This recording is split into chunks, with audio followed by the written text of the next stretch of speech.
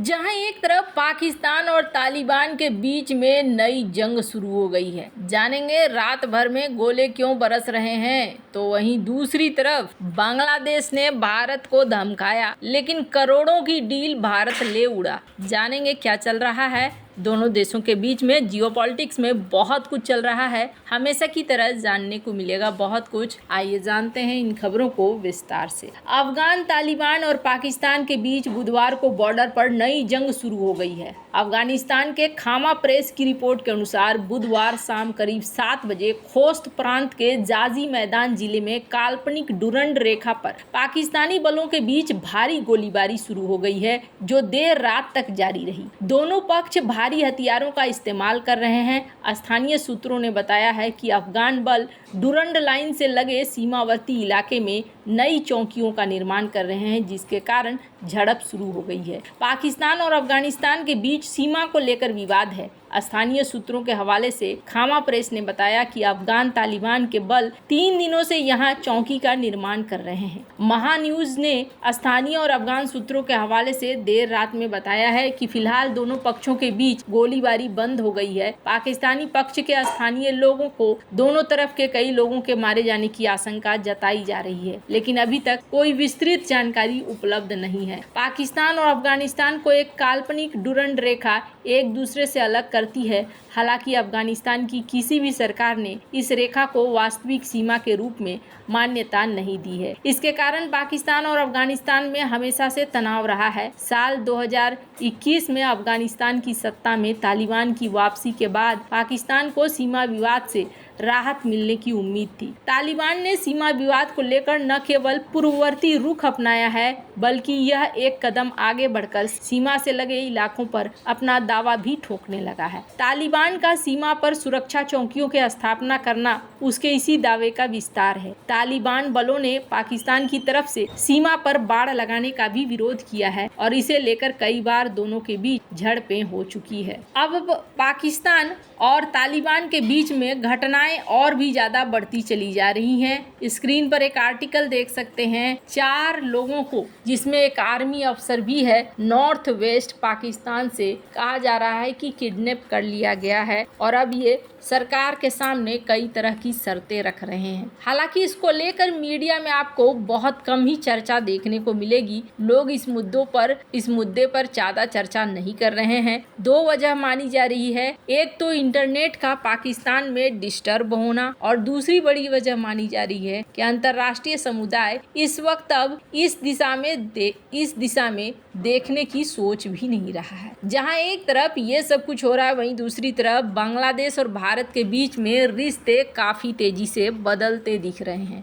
बांग्लादेश की अंतरिम सरकार के विदेश मामलों के सलाहकार मोहम्मद तौहीद हुसैन ने भारत को लेकर अपना सातिरपना जाहिर किया है। उन्होंने नई दिल्ली पर आम बांग्लादेशियों की मांगों पर महत्व न देने, वर्तमान में बांग्लादेश में रह रहे 10 लाख से अधिक रोहिंग्या शरणार्थियों को वापस भेजने में मदद नहीं करने का आरोप लगाया है। एबीपी न्यूज के साथ एक इंटरव्यू में उन्होंने बीएसएफ की गोलीबारी में मौत का जिक्र किया और कहा कि सीमा पर एक व्यक्ति की हत्या होती है और पूरे बांग्लादेश में उसका दर्द महसूस किया जाता है। उन्होंने कहा कि सीमा पर भारत को हत्याओं को रोकने की जरूरत है। इस दौरान उसका पाकिस्तान प्रेम भी सामने आया। सार्क के बारे में बात करते हुए बांग्लादेश के विदेश सलाहकार ने कहा कि हम चाहते हैं कि सार्क प्रक्रिया फिर से पुनर्जीवित हो। भारत पाकिस्तान की दुश्मनी को अलग रखा जा सकता है। आपको बता दूं, शेख हसीना के कार्यकाल में सार्क में बांग्लादेश और भारत साथ साथ थे, जिसके कारण पाकिस्तान की वहां दाल नहीं गल रही थी। नई दिल्ली और ढाका के संबंधों को लेकर हुसैन ने कहा कि भारत जानता है कि बांग्लादेश के लोग क्या चाहते हैं, लेकिन शायद उन्होंने लोगों के बजाय एक व्यक्ति और एक पार्टी के साथ संबंधों को अधिक महत्व दिया। बांग्लादेश के प्रमुख अखबार ढाका ट्रिब्यून की रिपोर्ट के अनुसार मौलवी बाजार के कुलौरा सीमा पर भारतीय सुरक्षा बल की गोलीबारी में एक बांग्लादेशी किशोरी की मौत हो गई। ट्रिब्यून ने मृतका का नाम स्वर्णा दास बताया। घटना रविवार रात हुई। सोमवार शाम को बॉर्डर गार्ड बांग्लादेश की टीम स्वर्णा के घर पहुंची तो स्थानीय लोगों को इसकी जानकारी हुई। बताया गया कि किशोरी अपनी मां के साथ अवैध रूप से बॉर्डर पार करने की कोशिश कर रही थी, जिस दौरान ये घटना हुई। पीटीआई की रिपोर्ट के अनुसार सोमवार को तौहीद हुसैन ने सोमवार को कहा कि अंतरिम सरकार भारत के लोगों के साथ मजबूत संबंध देखना चाहती है। उन्होंने कहा कि पूर्ववर्ती शेख हसीना सरकार के दौरान इसका अभाव था। हुसैन ने यहाँ संवाददाताओं से कहा कि भारत के प्रति जनता के असंतोष को कम करना संभव है। मेरा मानना है कि हमें समस्या के समाधान के लिए सही द्विपक्षीय कदम उठाने की जरूरत है। हुसैन ने कहा कि हम लोगों के बीच मजबूत संबंध देखना चाहते हैं। लोगों को ये महसूस होना चाहिए कि बांग्लादेश और भारत के बीच वास्तव में अच्छे संबंध है, लेकिन दुर्भाग्य से इस पहलू का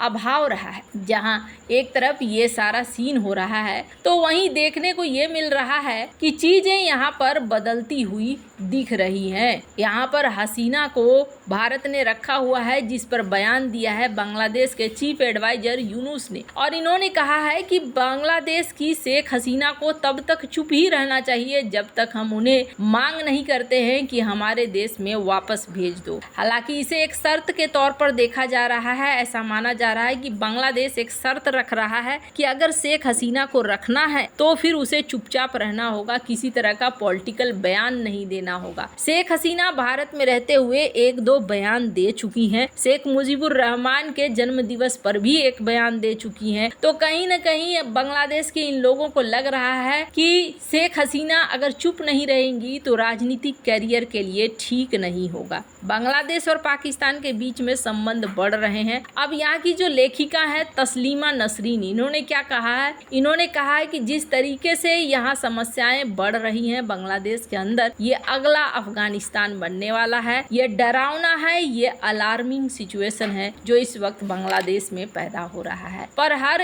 आपदा एक अवसर लेकर आती है और ऐसा ही भारत के साथ भी हो रहा है। द इकोनॉमिक्स टाइम्स की इस खबर को देख सकते हैं। हालांकि रेमंड ने इस बात की सूचना पहले भी दी थी और इस बात के आसार भी थे। भारत को अब कई सारे ऑर्डर मिलने शुरू हो गए हैं। स्क्रीन पर आप देख सकते हैं तिरुपुर नाम के एक कंपनी को 450 करोड़ का ऑर्डर मिला है 2 हफ्ता के अंदर, और ये ऑर्डर वो ऑर्डर हैं जो कभी मिला करते थे बांग्लादेश को। इसके अलावा कई ग्लोबल ब्रांड्स जैसे कि किक जर्मनी के, जीमेन नीदरलैंड के, पेप्को पोलैंड के और भी कई ऐसे हैं जो इस वक्त क्रिसमस और न्यू ईयर से पहले कपड़ों को चाहते हैं। और इस मामले में धड़ाधड़ ऐसा माना जा रहा है कि बहुत सारा ऑर्डर पास किया जाएगा। हमने आपको बताया था कि चाइना ने इस मामले में तेजी दिखाते हुए अपने टेक्सटाइल इंडस्ट्री को शोकेस करना भी शुरू कर दिया है। तो जाहिर तौर पर भारत के पास जब ये आ रहे हैं तो